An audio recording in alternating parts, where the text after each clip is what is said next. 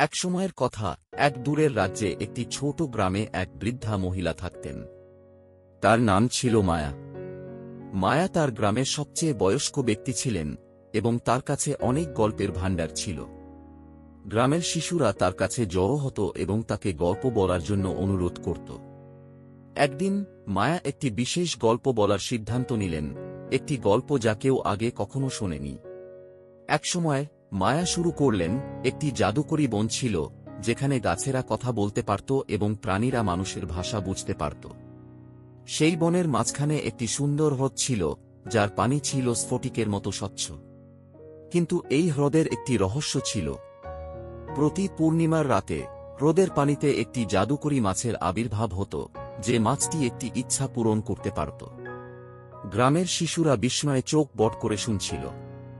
মায়া একদিন একটি দুঃসাহসী মেয়ে, নাম তার লিলি, এই গল্প শুনে হ্রদে যাওয়ার সিদ্ধান্ত নিল। সে তার গ্রামের সবচেয়ে দরিদ্র পরিবার থেকে এসেছিল এবং তার পরিবারের দুঃখ দূর করতে চেয়েছিল। লিলি পূর্ণিমার রাতে হ্রদের পাশে গিয়ে অপেক্ষা করতে লাগল।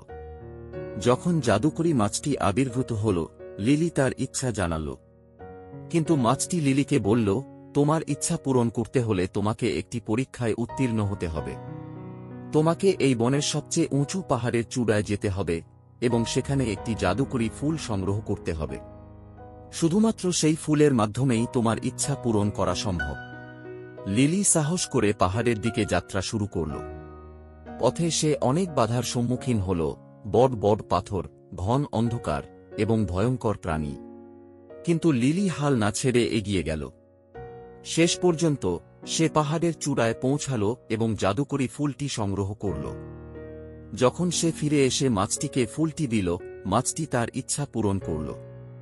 লিলির পরিবারের সব দুঃখ দূর হয়ে গেল এবং তারা সুখে জীবনযাপন করতে লাগল। মায়া গল্প শেষ করে বললেন, লিলির মতো সাহস এবং দৃঢ় সংকল্পই তাকে সফল করেছিল। তোমরাও যদি সাহসী হও এবং কখনো হাল না ছাড়, তাহলে তোমরাও যে কোনো বাধা অতিক্রম করতে পারবে। গ্রামের শিশুরা গল্প শুনে আনন্দে ভরে উঠল এবং তারা প্রতিজ্ঞা করল যে তারা লিলির মতো সাহসী হবে। আর মায়া হাসতে হাসতে বললেন, এখন যাও এবং তোমাদের নিজেদের গল্প তৈরি করো।